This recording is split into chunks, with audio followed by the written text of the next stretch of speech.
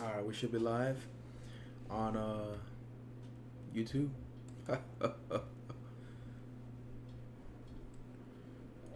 We're live on YouTube now, right? Check, check. Are we live on YouTube? What the hell's going on? Alright, we should be live on YouTube. I forget that YouTube is like delayed. By the way, guys, I've been turning it up. I've been turning it up on my post on this month. I'm gonna be a little on it. I think I'm gonna change my strategy. Last month on January, in case you didn't know, I posted every day. Every day. There was days where I posted twice, sometimes even three times. And we got like about less than 2 weeks, 2 weeks now left of February. And like the next to finish off February, I'm not gonna post every day like I did January. I think I'm gonna post again instead of I'm probably post every day again next month. But right now, I think at the moment, the best bet, like at the end of the day, I'm trying to be successful at this. So the best bet I got is to try to get organic traffic. And where do everybody be at? Where do everybody be at? Everybody be at like scrolling. So you want to make sure you subscribe to my YouTube channel because I will post regular YouTube videos, maybe not every day, but every other day. Like right now, one video is about to go out in 10 minutes at 3 p.m. PST. So if you're watching on YouTube, you want to make sure you're following and with post notifications because that video is actually good. I actually gave a good discussion, and honestly, I think that's one of the best videos I'm gonna post. So that I have posted, that's gonna go out within the next 10 minutes so far this year. Like just great video. You want to check it out. But those type of videos, in the month of January, I kind of seen what works and what not works, and I still it's not like I have it figured out as to like what I'm gonna do, like what video I'm gonna be posting like every like like every day or like every other day, like not yet, not yet. So, but some videos, some people like to see me do certain kind of videos more than others. So like the type of videos that like get more attention. But those videos are definitely gonna get they're gonna be similar posts of those type of videos that get the most views. So people like to see sometimes certain kind of videos. But if you have certain suggestions, recently somebody told me to make certain kind of videos, kind of like breaking down stuff, especially like with dealing um, with like women and stuff. Um, I'm gonna do a few videos like that. I'm probably film one of those type of videos that a subscriber recommended me to do, to see if, people like will enjoy it, and if make a few of those, see if people like it, see if the algorithm picks it up, and see what people gotta say about it. But like that's not really like, quite frankly, like if I'm being keeping it 1,000 with you, like those type of videos, I'm gonna see if when I film it, if I like to do it. But I don't think I necessarily want to be known for being like in the the manosphere. Like my thing is more like a like I look at myself like a like I'm just trying to like be known as like the dude that like you know makes good songs, and like also like like makes good videos. But like the type of videos, like I want them to be like very like you know informational and entertaining. Like I kind of want to like um give the type of videos. I want to like, be able to like give some good like analysis and commentary. And I just want to be known for like the guy that makes good songs, good music, and that really is shedding the light on the social media scene, and you might be thinking like maybe like you haven't like really figured out like the type of like the type of things type of videos you're gonna make.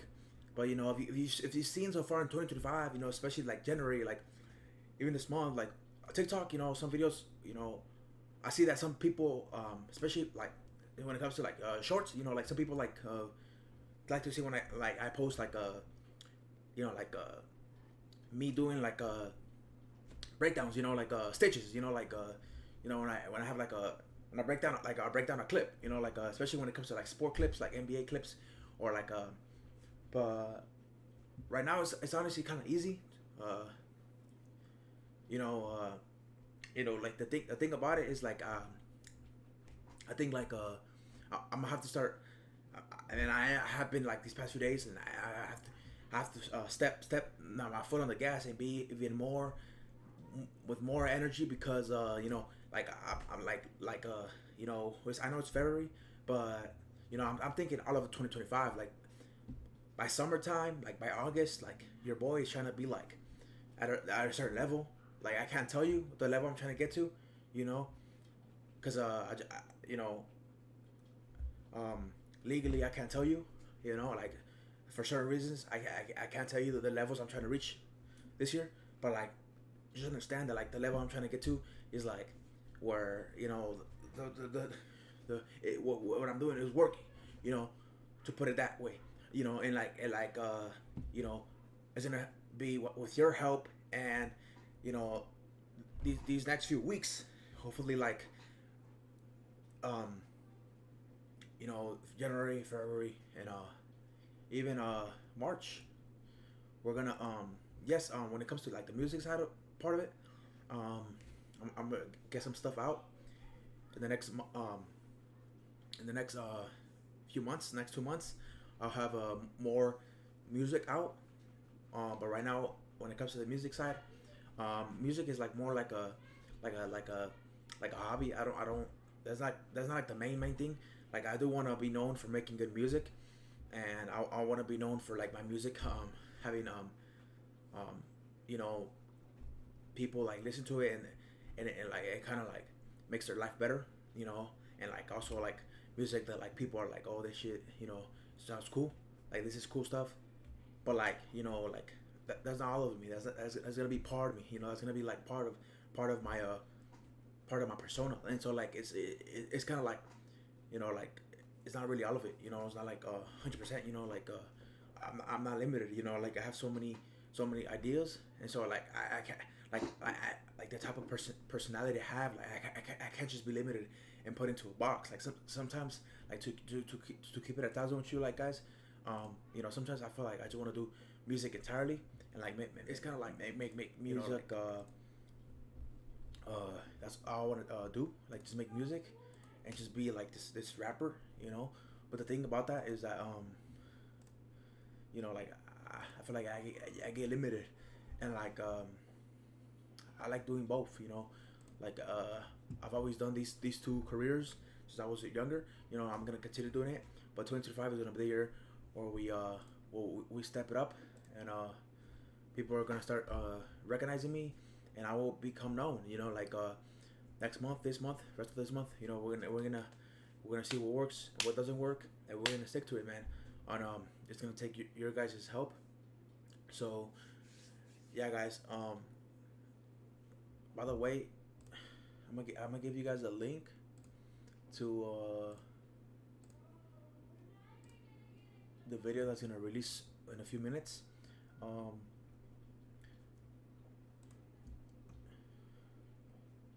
but yeah, guys. I mean, I really do have to. I had uh, this great video, man. Do definitely have to see what's up with the strategy because you know like it's kind of like all in and or out. You know, 2025 is a big year. A lot of this year is gonna be great. So many things have happened already that have been great. But it's gonna great things are gonna continue happening the rest of this year. So I want to be in the level in life where you know I'm actually enjoying that type of things. And so like whatever it takes, man.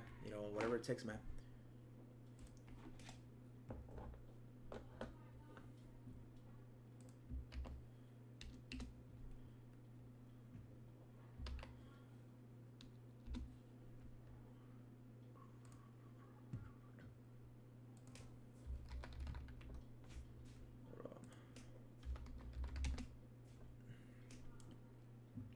Yeah, yeah, yeah, yeah, yeah, yeah, guys. So the new video, like I said, it's a good video.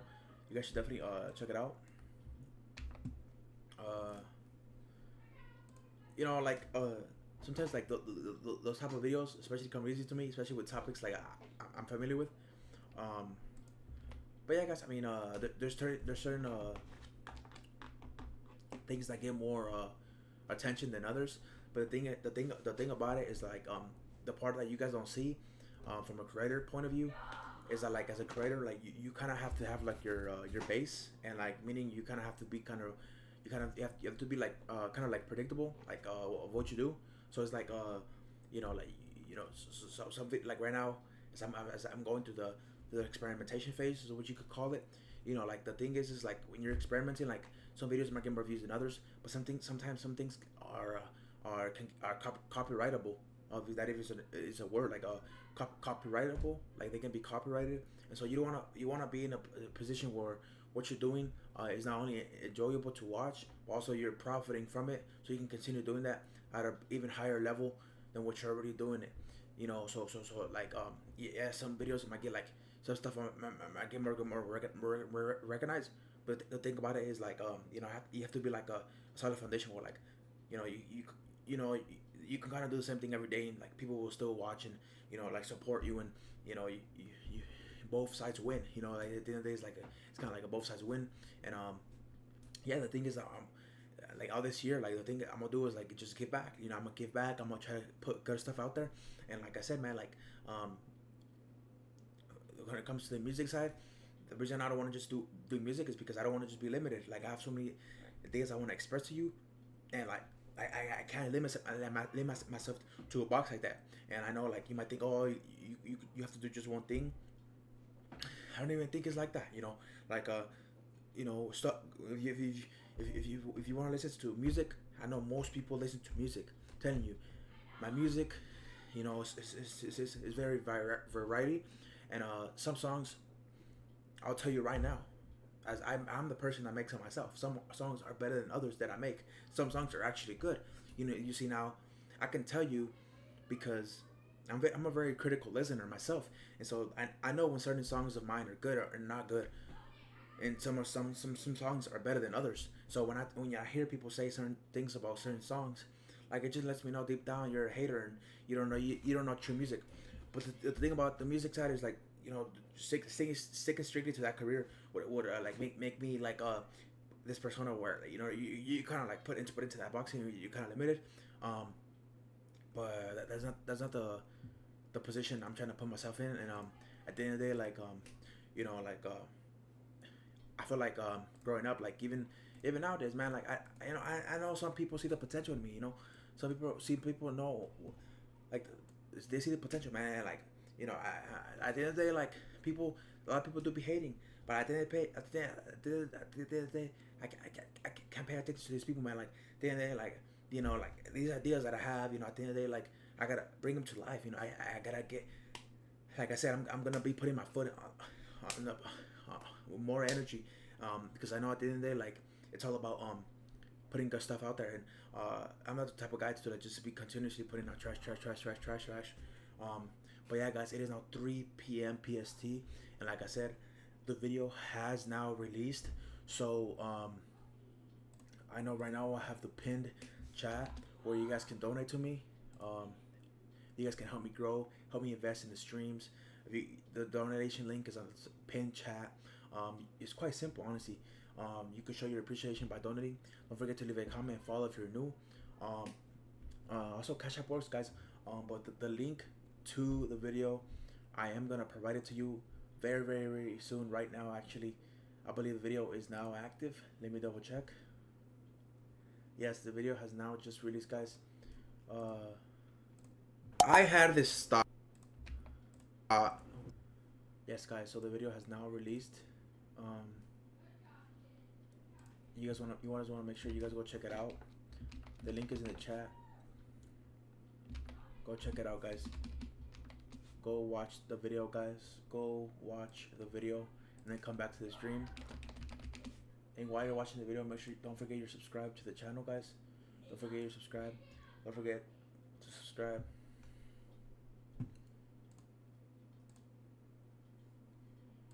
Don't forget to subscribe, guys. But yeah, whole lot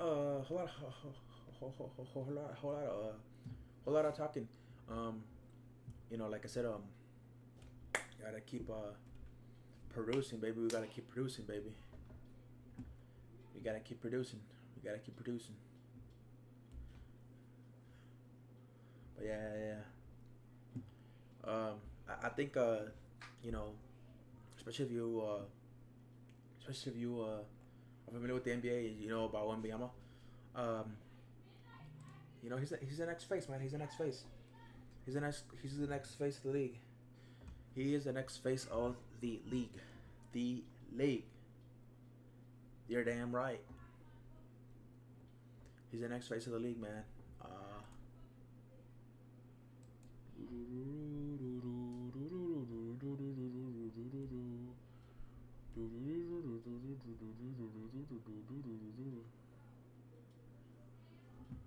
Oh yes, sir. Oh my God, I can now see the kick chat. Thank you, God. God is real. Amen. Hold on, I came across this video right now. Very spontaneous, actually. Yo, what is good, man? Y'all know Casey and that. Well, guess what?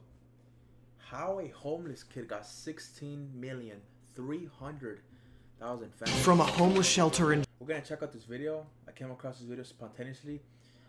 See what this video talking about. Georgia to the king of streaming. Kai Cenat figured out how to stand out, how to make people care, and how to turn one tiny opportunity into an entire career. What were his secrets, and how did this knowledge carry him from This is gonna help. Let's see what it teaches us.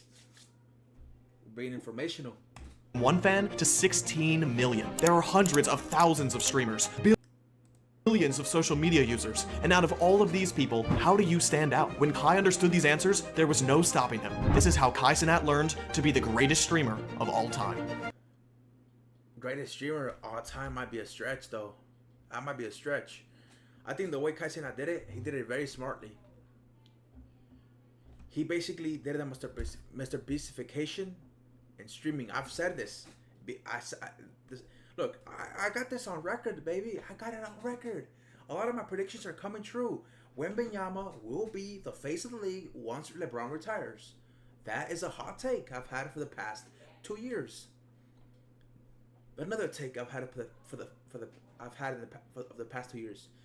Kai Cenat, how he became the quote-unquote greatest streamer ever to you guys is because he's basically the Mr. Beast in the streaming era. I don't know how nobody figured it out now, but now people see it.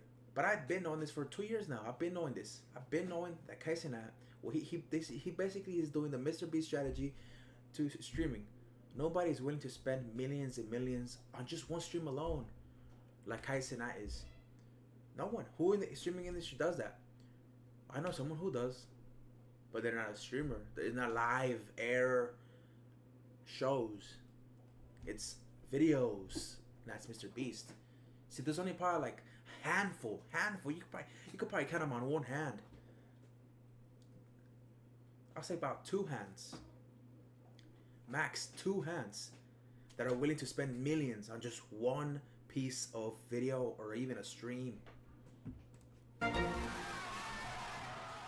Originally, Kai wasn't fixed on standing out or entertaining the world. His eyes were on a much smaller audience, his friends and his family. But Why focus on such a small audience? How did that help in the long run? Why make videos for his family at all? Kai and his 3 siblings were raised by their mother alone, and although born in Brooklyn, they found themselves in a homeless shelter in Georgia. To give her kids a fair chance and a shot at a normal childhood, Kai's mother worked hard, gave everything she had, and was able to what the hell? Fair chance, a shot at a normal childhood. Kai's mother worked hard, gave everything. Damn. He had a decent hairline. What barber pushed it back? Who pushed his hairline back? She had, and was able to return to New York for the kids to go to high school. With all this moving around, Kai learned no matter the situation, there was always one main source of joy: laughter. And he wanted to always be there to provide for his friends and family. So he would record himself and post the videos on Facebook. His content was super targeted. He had no trouble reaching his friends and family. There was no desire to obtain a larger audience. So Kai only focused on what was in the video, not who saw the video, which meant his comedy sketches continued to get better. He got comfortable in front of the camera, brought higher energy, more creativity, and soon there were others with the same sense of humor as his family that began watching on Facebook. Curious, who else might be interested? Kai started an Instagram where he would post videos daily, and his audience would continue to grow. Did he have a strong fan base? No, but the views interested him. How could he continue to push forward? Kai, where's the YouTube channel? Why don't you have a YouTube channel? You need to start getting paid for what you're doing. Kai, where's the YouTube channel? I got one thing to say. What am I supposed to do?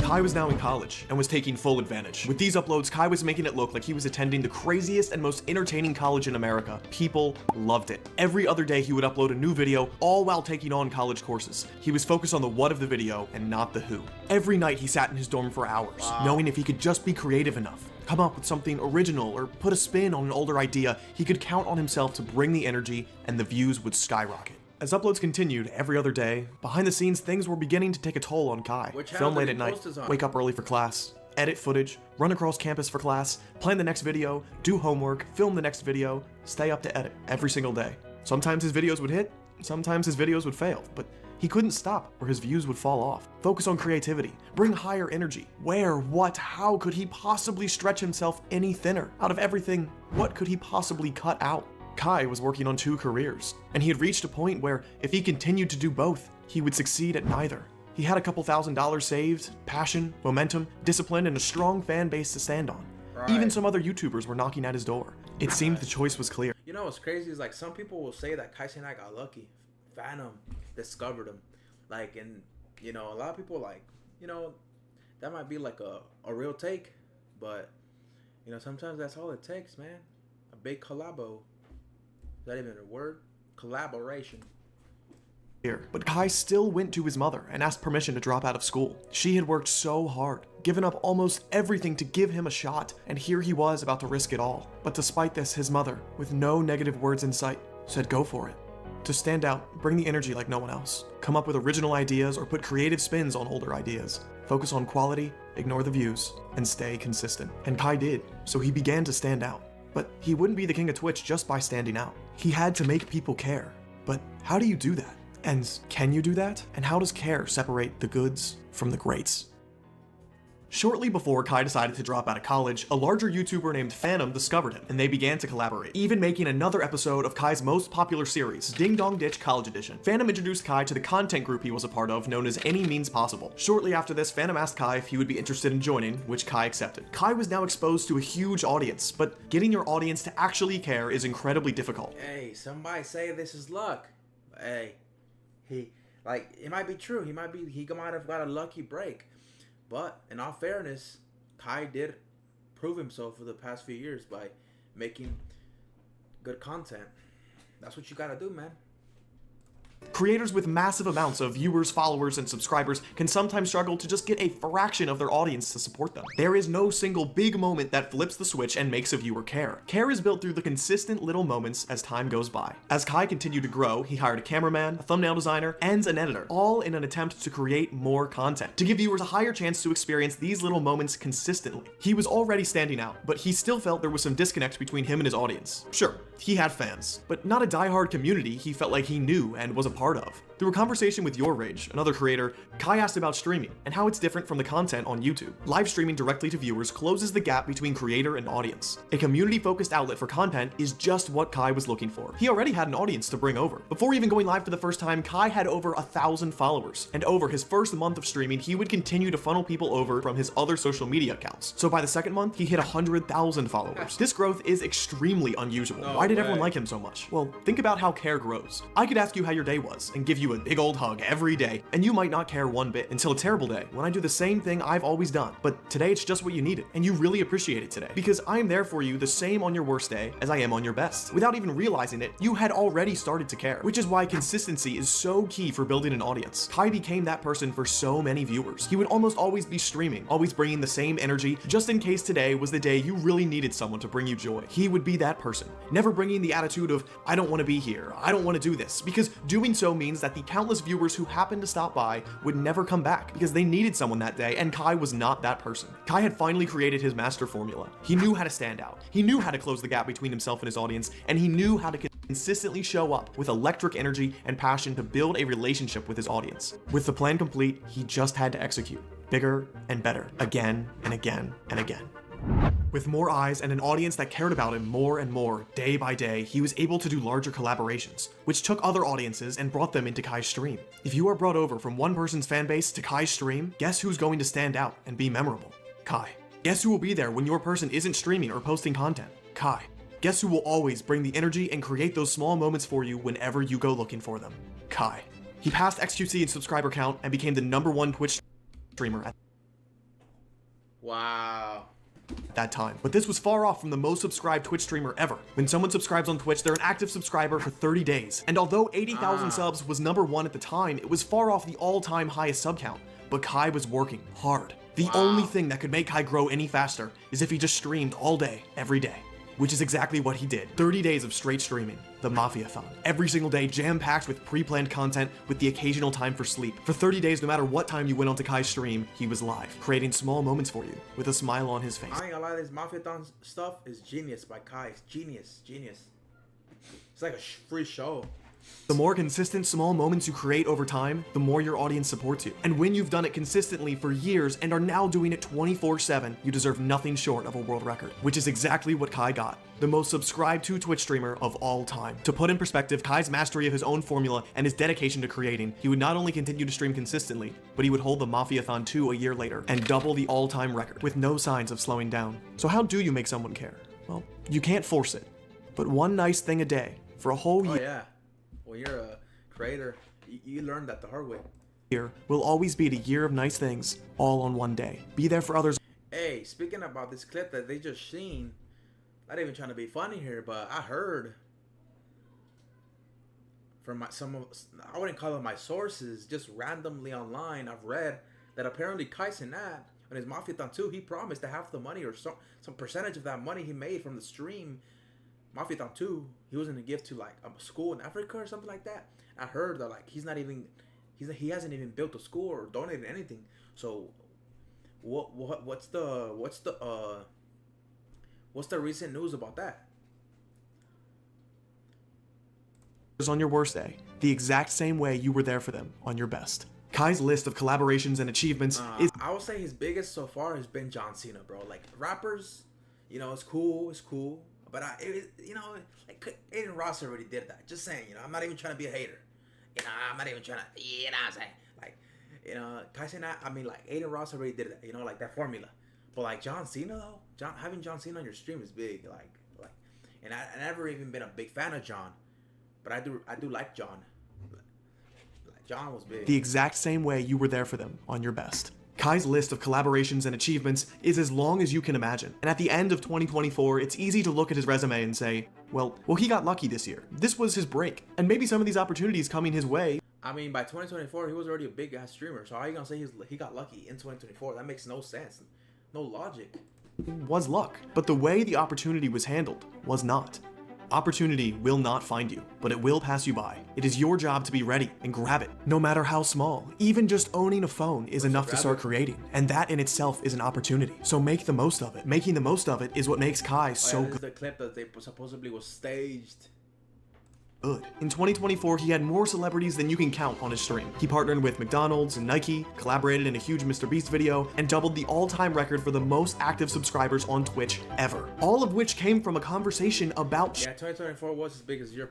streaming. Kai took the opportunity to connect with his audience, an audience that grew so rapidly with help from his AMP partnership. A partnership that never would have happened if Kai didn't do such a perfect job on the Phantom collaboration. A collaboration that never would have happened if he hadn't been working hard in college. A college he would have never attended if he didn't complete high school, and high school he never would have attended if his mom had given up. But she didn't, and Kai could go to high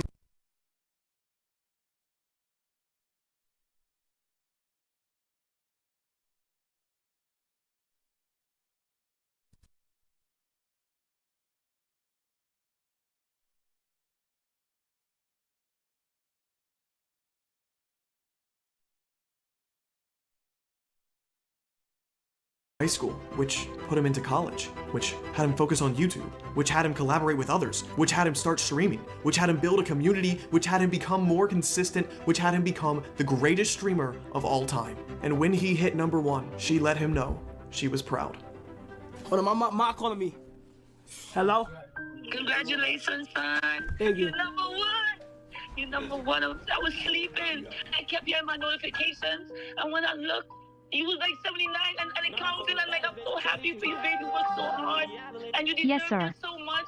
And we watching and we're so proud of you, everybody. Babe, I love you so much. Babe, I'm so proud of you. You're number one. And you my son. And I'm so happy to be your mom. And I just want to let the world know that you've been working hard like this for a long time. So they only now know. They just finding out. My son works hard. He's a grinder every day, every night. And he gives me the world. And I want the world to know I love you, son. Congratulations, okay? Lucky? Sure. Maybe a little, but Bro, they really put you're on YouTube. Bro, this guy really put this. You're lucky enough picture. to have a device. Someone gave you this chance. Don't let them down. Don't let yourself down. Don't waste this chance.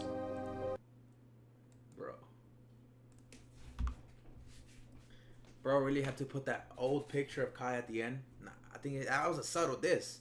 Y'all didn't feel that? That was like a subtle diss. Pause. Like I was like a little like that wasn't needed. Like that wasn't really needed. You know, like he was low key trying to like he was low key trying to like trying to make you cry. Like if you were watching that video, he was trying to this video. It was low key trying to make you cry. Bro put that whole family scene at the end. Like it was like some sort of behind the scenes type of ish. You know, like they was low key trying to make you cry. Like I really trying to be like funny here. Like no, for real, for real. For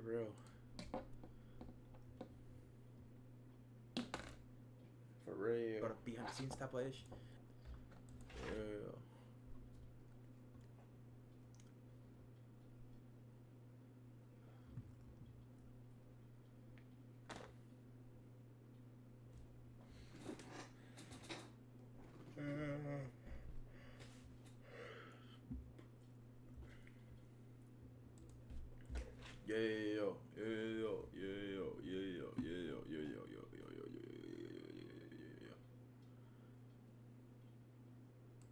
Oh, this is gonna be good. Welcome back to Gil's It's gonna be good. Real quick, let me break this down. Arena presented by Underdog. Whoa, whoa. Hold on. I'm not gonna watch all of it. Of course not. Of course not. Of course not. Come on, man. Oh.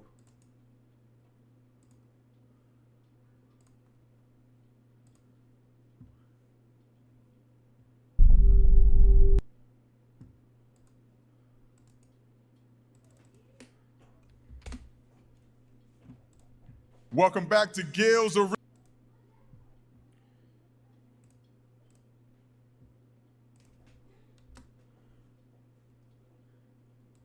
They're saying what? When you were with the Pistons, you said Mr. B could not play in the 90s. Wow. Brandon, do you agree or disagree with him saying you wouldn't be able to handle yourself in the 90s? No, he said they would post me up. Okay. So that means I'll get posted up and then I'll come down and I'll be able to do my thing. No, Brandon would have got beat up. Ooh, who is this old head? He would got beat up. He like a lot of people don't understand. And ask your pops. when you pass and run through that lane, you got to be like a football player running through a line. Everybody's going to touch you. And they might not touch you in a way that you want to be touched. I mean, they hit you. They hitting ribs. They hitting gut. You know, they putting the knee. Here we go again with these like 90s trying to defend their era. Like personally, me, like, keep it all the way 1,000 might have been football style physical, but I don't think it was that physical, like to the point where it was literally UFC type of basketball in the 80s and 90s. Like, come on, man. Like, if it was in that case, I would personally, I wouldn't even mind it to keep it even 1,000. Like, I ain't scared to throw down. I ain't scared to throw down a fight. I'll throw a fight with the 7-footer right now. Right now, I ain't scared. And like, they make it seem like you couldn't get to the lane. You know, you would get elbowed like you were in the UFC. Like, you would get kneed. You would get kicked. Like, pushed. I mean, you're telling a pro athlete he wouldn't survive, but yet he's still pro. He was a pro. So in essence, if you're saying he wouldn't handle it, he wouldn't survive, he would get demolished, you're hating, sir. You're hating on this guy right here. Like, if it was me, like, I wouldn't, you know, I would prefer to play in today's time, because, you know, you wouldn't have to deal with all that stuff. You know, you wouldn't have to deal with people being physical at that level. But if I was in that position, honestly, like, I wouldn't care, and actually I would welcome a fight, because the thing about it is, like, you gotta keep in mind, like, the human nature of it. If you let yourself get like destroyed like this, it's gonna continue happening to you. So you gotta like defend yourself. And so if you don't like fight back, and you're playing in the 80s and 90s and quote unquote the physicality, like they like to say, you know, if you don't defend yourself, they're gonna continue happening to you. They're basically bullies. You're basically a bully. You're getting bullied. Do you want to get bullied? Knee in your thigh. I mean, it was a lot of stuff going on. No, for sure. Back then. But I don't know if your body could have held up to that physicality. Little ass boy. This is what he's saying. Now, I'm not saying that he's saying. I was just as quick as AI. So. But you weighed 104 pounds, brother. Too little. But see, AI. You got to understand. AI used to duck around Karl Malone when they was coming. He throw that ball up and duck. Or Charles Oakley and them guys, Terry Cummings. When he went to that hole, he didn't go into the hole like, yeah, I'm gonna take this hit. For sure. He went in there like, because they was coming after him. No, for sure. I'm just saying quickness. But he would get. Oh, I mean, yeah, of course, quickness. But we would stop. We would have stopped that. We would have ran you around 3,000 picks. That's a fact. I believe that. That's a fact for sure. Damn, brother. Damn, brother, you would have been a bench player, huh? But what makes that like basketball just fouling just a foul? Like jailhouse basketball, why is that considered good though? The what? The jailhouse basketball, why is that considered good? Because that's where we grew up. And believe me, I understand the changes. The rule changes and everything, and I'm happy. I'm happy for them rule changes. Some calls, like, you can say, for sure. Some of them not flagrant, but I do understand. I mean, and another thing, you know, there's no real rivalries. Let's get it right. You know, rivalries like you scrap it, you fight. They throwing blows. Mm-hmm. They don't care about their money. Mm-hmm. That's a rivalry. I watch guys go out there and they play the game, and then they talk so much shit to each other, and they think they gonna fight. Then after the game, hey man, great game, you know, then hug and stuff like that. I saw the Indiana Pacers, Detroit Pistons went up there and beat them in the play-in stuff, and then Indiana came in with their squad and busted Pistons' ass. And then the Pistons like, yeah, we'll see y'all in a couple of weeks. I'm like, yeah, okay, yeah. I'm in front of the TV, my popcorn, watching my son and stuff. They get their ass whooped. they talking shit to him. I said, you know, if I go back and put on my shit and suit up, I want to go fuck up Halliburton. Ooh. I want to go fuck him up. He talks so much shit. Okay. I want to go back and bust his motherfucking I love it. ass. I love that shit. Yeah, he talks so much shit. I want to go back. I want to bust his ass. So you want to bust Tyrese Jersey on Halliburton's the ass because right? he talks too much. Right. Okay. And he think he all that. Do you think the reason that it's not as rough as it used to be is because the fine money is actually real. Versus back then you could hit somebody $100. Now, now it's $300,000-$400,000. Right. Listen, I don't hate you that much for $400,000. Correct. Yeah. Correct. Like I said, there's no rivalry. I see. Thank you. All right, everything cool. Yeah, no question. It's the money. Okay. It's the money. All right, so let's talk a little Lakers. During what was an active trade deadline, we saw Luka Doncic traded to the Lakers for Anthony Davis some pieces.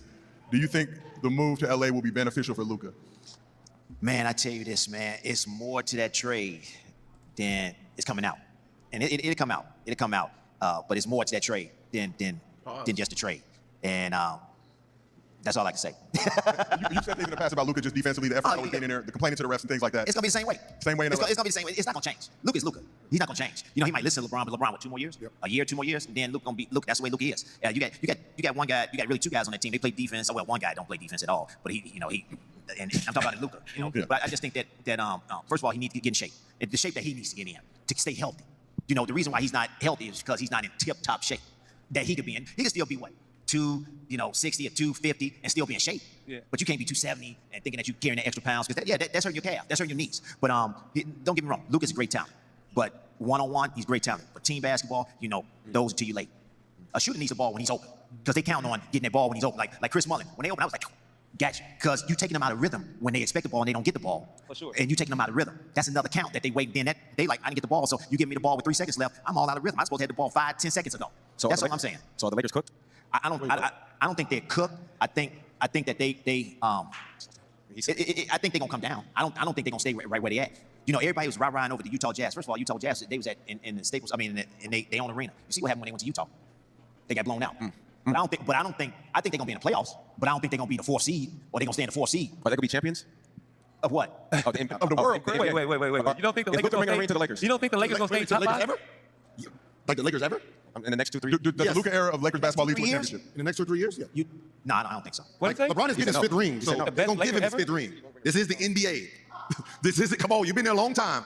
Not this year, next year, Lakers chip. 2026. I totally disagree. I don't think he's going to get a chip. They got to bring some more pieces around, which they, a lot of people don't. So, Uh-oh. Yeah, I know, right? Okay. talking to you, buddy. yeah. All y'all. Yeah, I'm talking to all y'all. Yeah, I got some words from Chris Mullin, Mitch Richmond, all the other old guys. They said I was coming on. He was like, yeah, make sure you give it to him. I said, no question. All right. You can give it to him right now if you want. Appreciate it. I used to watch your dad when I was in Chicago, when he was with the Milwaukee Bucks. Yep. And always follow his career. And when he came to us with the Warriors, we said, when Marcus came to us, man, we had a great time, man. Yeah. We had a great time. He taught us a lot, too. Okay. He taught us a lot. So tell your dad, every time I see him, tell him I said hello and everything. But, run TMC for 2 years, man, it was the best. It was the best. We had and our teammates. We had so much fun. It was very competitive. We know how to play the game. We had very good IQ about the game. We was very studious about playing against people, playing with one another. Who, just looking. We didn't call out plays. We just looked. That's a back door. We just looked, throw it past his ear. All right, he playing this way, he playing that way. Guys today don't talk like that. But and I say this. A lot of people don't know. Y'all got a gem here in Jimmy Butler. I disagree with everything he did with the Miami Heat and how he went about it, but that dude can really play. That dude can really play. And I tell you this: if everybody stays healthy, they won't be in the playing game. They'll be in the playoffs. Okay. So are you gassing these people? You really think that if the Warriors stay healthy, they will be in the playoffs? If Draymond Green stay healthy, they will be in the playoffs. Okay. Well, shout out to the Warriors fans. Y'all agree with Tim? Y'all think the Warriors making the playoffs with Jimmy Butler and that crew? The Steph era goes on. But so when you came up here, you said you had something about the 90s basketball. Gil's comments you wanted to address on the rest of the couch. Everybody talking about Mike. Mike is the GOAT. Mike was that bad motherfucker. Mike, had it going on. Mike didn't let people beat him. Mike didn't. He went on about his business. He didn't let people, beat him, and he knew how to play the game. But you all think that we couldn't play. You say, he playing against some scrubs, or he playing against some guys that can't play, and we let him do this and we let him do that. No, man. A lot of you guys couldn't play in our fucking era. Y'all couldn't play in our era. Any guys on this couch? Gil could. Okay. We would have beat his ass. We would have knocked him on his ass. Oh, wait, I'm too tall for y'all. No. You probably wouldn't have made it out because you would have been in the game. You would have been in the game because you wouldn't have had that mentality to make it out. But Gil, he probably could have hung. Oh yeah, when we was growing I up. couldn't play against Elo and all them motherfuckers. Hey, Man, you better stop Tim Hardaway. You talking about Ego? Stop this shit. You talking about Ego from the Cleveland Cavaliers? Yes, all that. That motherfucker was nice. Uh-oh. That motherfucker was nice. Your game was all right, but you think it was nice. Man, Your shit was all right. Let's stop. Yeah, your shit was all right. It was a couple of y'all back in '85 from '89. There was a couple good. You was one of them. Had the Tim Hardaway crossover and all that. But come on, man. Go ahead, name another guy. I can't hear you. I would name Mark Price. Where would he stay? Mark Price was a bad motherfucker. He don't get his just due. But where would he be ranked in this era if he was ranked with this here? It's a lot of motherfuckers couldn't stay with Mark Price. Mark Price was a fast white guy. He could stop on the dime, shoot it in your face, split the double team, knew how to pass the ball. knew how to play the game. Mark Price was a bad motherfucker. A speedy Caucasian. You know, Rod Strickland, another motherfucker. Yeah. Kevin Johnson, another motherfucker. Kevin Johnson. All right, we got some bad motherfuckers in our era. No, the 90s is fine. My complaint was the 80s. So I was talking about the 80s. So there's this illusion about the hand check, and I always use you as an example. And I said if the hand check was so dominant, then how can the scoring guard come in as rookies, tearing everybody's ass up, right? So there was only a few back then: Isaiah Thomas, Kevin Johnson, and then you. And I'm saying if the hand check was what everyone said was, when the scoring guard, the guy who comes downhill, when he came into the game, why wasn't it affecting him? I'm gonna tell you this. When we came into the game, Kevin Johnson, myself, even Mark Price, we was fast enough and quick enough, and we could handle the ball. And we used to get out of the offense. And we used to not run offense. If you was gonna hand check us, we used to not run offense, and we used to take our man. So he had to understand, oh, these motherfuckers ain't running offense. These guys we gotta play them legit. Other guards, say like Derek Carter, he didn't have that, those handles to get past somebody. Like Brandon, you and Brandon, y'all had handles to get past. If somebody picked you up, you laughing at them. Yes, Y'all laughing at them. For sure. So yeah, that's what it was. When they picked us up, we was laughing at them. Then they had to start picking us at the half court. See, so my theory was right. Like when people talk about the hand check, and I'm like, it only worked against guys who were running off, who had big men, who were sitting there, back to the basket, trying to run offense. So it's easy. All right, buddy. Hand check. Exactly. Somebody who's Come on, man. What you guys gotta say, man? What you guys gotta say, man?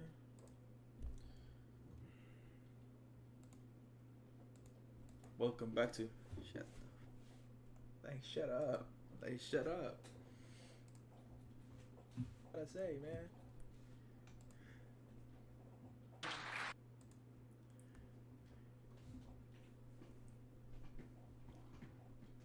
$333.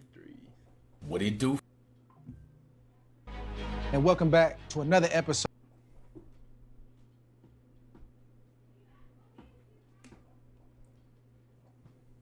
Yo.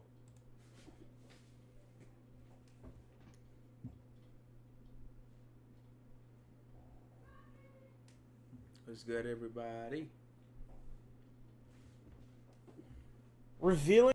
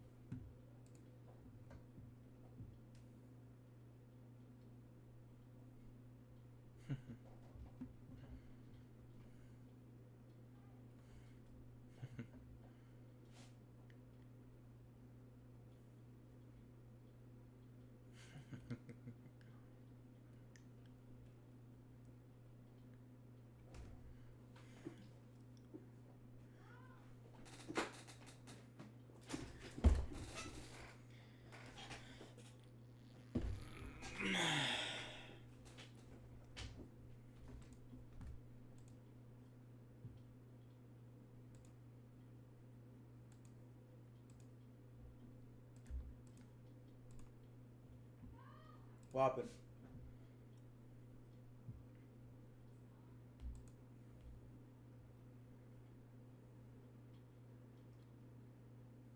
Huh?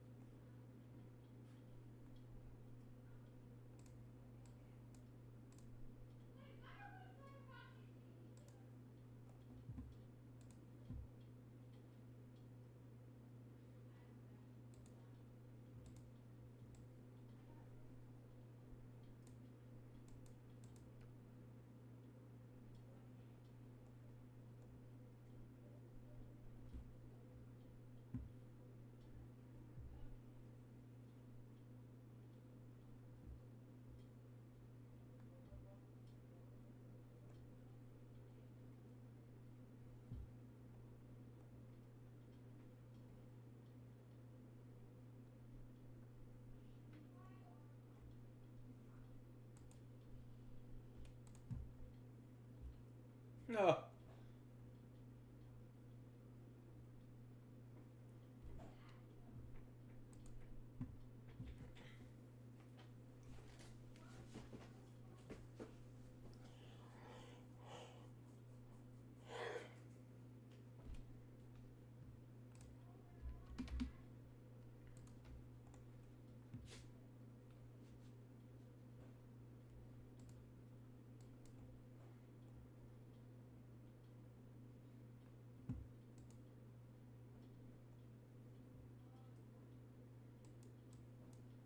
Oh, he's nervous.